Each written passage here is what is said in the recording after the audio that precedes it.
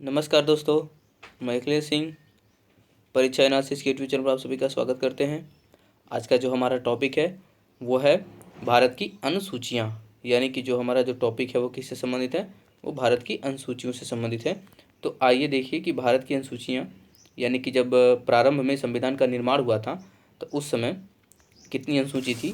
तो अनुसूची की संख्या उस समय तो 8 थी, यानी कि जब भारत का संविधान जब निर्माण हुआ था तो अनुसूची की संख्या कितनी थी, 8 थी। लेकिन अब अनुसूची की संख्या बढ़ के कितनी हो गई है, तो अब अनुसूची की संख्या कितनी हो गई है, तो 12 हो गई। ठीक है, और ये एग्जामिनेशन में अक्सर करके पूछ लिए जाते हैं कि कौन सा विषय किससे संबंधित है और किस अनुसूची से संबंधित है। यही ज़्यादातर क्वेश्चन एग्जामिनेशन में हमको देखने को मिलते हैं। तो आइए हम लोग देखते हैं कि भारत की अनुसूचियाँ कितनी हैं और उससे संबंधित कौन कौन से विषय हैं। तो आइए पहला यही है, पहली अनुसूची के बारे में बात करते हैं। तो इसमें सीधे सीधे बताया गया कि पहली अनुसूची में संघ और उसका राज्य क्षेत्र, यानी कि अनुसूची जो फर्स्ट वो किससे संबंधित है, तो संघ और उसका राज्य क्षेत्र। ठीक है, ये सीधे सीधे क्वेश्चन से एग्जामिनेशन में यही देखने को मिलते हैं कि संघ और उसका राज्य क्षेत्र किस अनुसूची से संबंधित हैं। तो किस अनुसूची से संबंधित है, तो अनुसूची नंबर फर्स्ट से है। ठीक है, अब देखिए इसके बाद हम लोग बात करते हैं तो अनुसूची नंबर 2, यानी कि अनुसूची जो 2 बताती है, यानी अनुसूची 2 है वो किससे संबंधित है, तो ये है वेतन और भत्ते से। किससे संबंधित है अनुसूची 2, वेतन और भत्ते से संबंधित है, यानी कि अनुसूची 2 वेतन और भत्ते। ठीक है, अब इसके बारे में हम लोग बात करते हैं अनुसूची नंबर 3। किसकी बात करते हैं, अनुसूची नंबर 3, तो ये शपथ से संबंधित होता है। ठीक है, यानी कि सीधे सीधे ही पूछता है कि शपथ जो विषय संबंधित विषय है वो किस अनुसूची से संबंधित है, तो ये अनुसूची ये हमारा 3 से संबंधित है। ठीक है, ये एग्जामिनेशन में बहुत ज़्यादा क्वेश्चन अनुसूची से एग्जामिनेशन में देखने को मिलते हैं। अब देखिए फोर्थ वाली बात करते हैं हम लोग कि फोर्थ अनुसूची यानी कि चौथी अनुसूची किससे संबंधित है, तो राज्यसभा में सीटों के बंटवारे को लेकर हुआ है। मतलब राज्यसभा में सीटों का बंटवारा किस तरह से किया जाएगा वो किससे संबंधित है, तो अनुसूची नंबर 4 से संबंधित है कि राज्यों में राज्यसभा में सीटों का बंटवारा, राज्यसभा में किसका बंटवारा, सीटों का बंटवारा, वो किससे संबंधित है, अनुसूची नंबर 4 से संबंधित है। ठीक है, अब देखिए अनुसूची 5, अगर हम लोग बात करते हैं अनुसूची 5, तो ये देखिए सबसे ज़्यादा इंपॉर्टेंट हम लोग कह सकते हैं, वेरी वेरी इंपॉर्टेंट। तो क्या नाम है कि हमारा ये वेरी वेरी इंपॉर्टेंट हो जाएगा अनुसूची 4, अनुसूची 5। ठीक है, ये सब बहुत ही ज़्यादा एग्जामिनेशन में देखने को मिलते हैं कि ये हमारे जो अनुसूची 4 है, अनुसूची 5 है, कि अनुसूची 5 किससे संबंधित है, तो SC ST क्षेत्र का जो प्रशासन होता है ना, इससे संबंधित कौन है हमारा, ये हमारा है अनुसूची नंबर 5। तो ये एग्जामिनेशन में ये नहीं पूछता है, ज़्यादातर क्वेश्चन ये से नहीं पूछते हैं कि अनुसूची 5 किससे संबंधित है, लेकिन ज़्यादातर ये क्वेश्चन एराइज होते हैं कि SC और ST क्षेत्र का प्रशासन जो है वो किस अनुसूची से संबंधित है, तो अनुसूची नंबर 5 से संबंधित है। ठीक है, इसके बाद से हम लोग देखते हैं अनुसूची नंबर 6।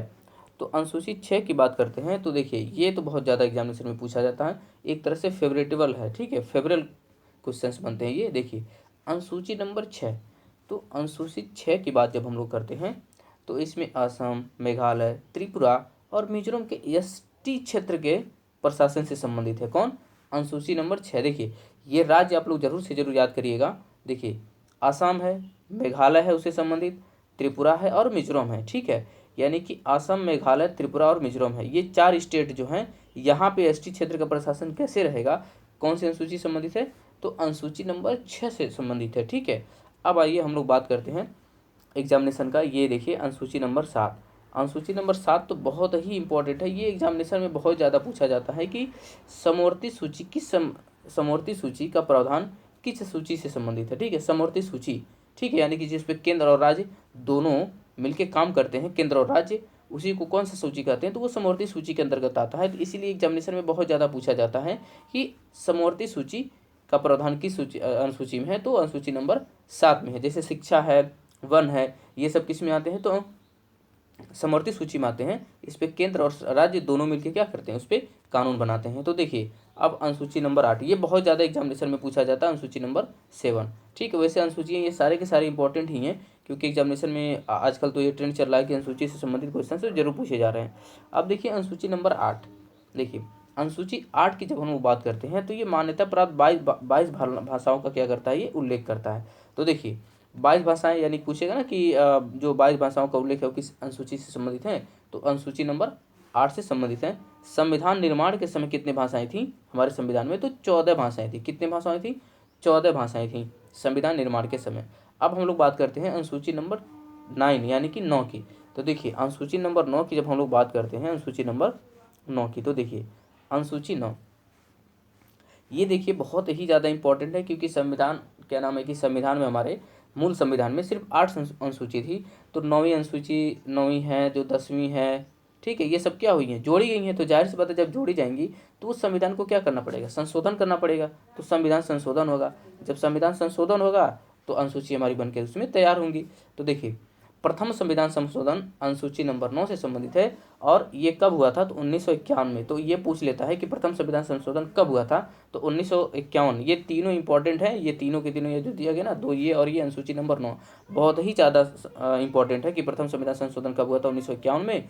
और अनुसूची 9 इसी से संबंधित है। और इसमें क्या दिया गया था, तो भूमि सुधार से संबंधित कानून बनाए गए थे अनुसूची 9 में। भूमि सुधार से संबंधित कानून किसमें, अनुसूची नंबर 9 में है, ठीक है। अब देखिए अनुसूची नंबर 10, अगर हम लोग अनुसूची नंबर 10 की बात करते हैं, तो देखिए इसका ये टाइम पीरियड भी लर्न करना है, और कब संविधान संशोधन किया गया था। तो देखिए 52वां संविधान संशोधन हुआ था, 52।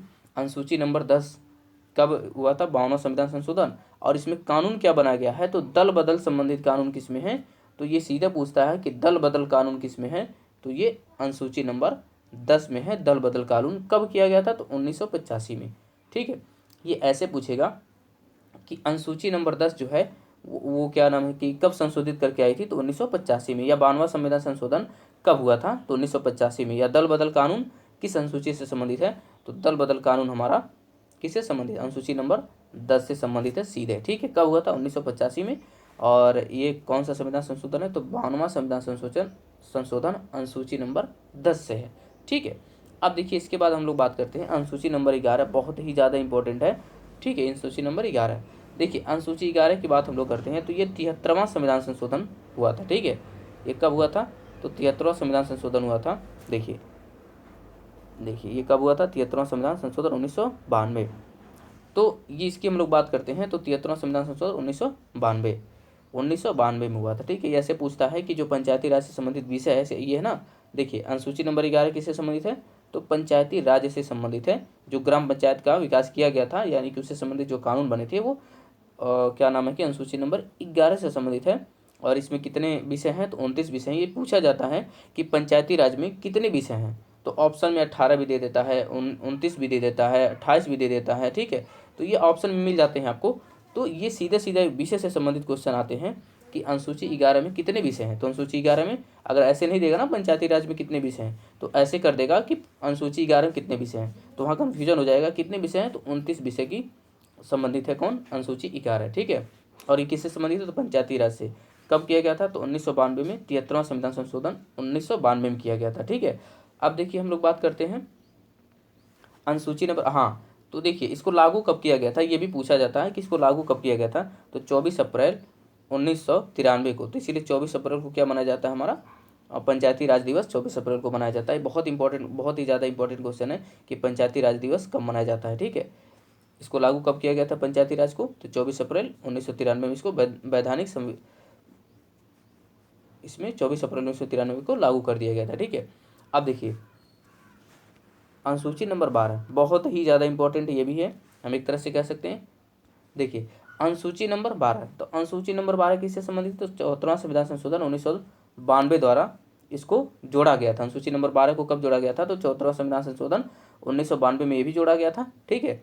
और इसे ये किससे संबंधित है, तो नगर पालिका से संबंधित है। कौन, नगर पालिका से संबंधित कौन है, तो अनुसूची नंबर 12। जैसे हमने देखा कि अनुसूची 11 किससे संबंधित था, तो पंचायती राज से संबंधित था, उसमें 29 विषय थी, ठीक है। कितने विषय थे उसमें, 29 विषय थे। इसमें विषय की संख्या कितनी है, तो 18 है, ठीक है। और ये किससे संबंधित है, नगर पालिका से संबंधित है।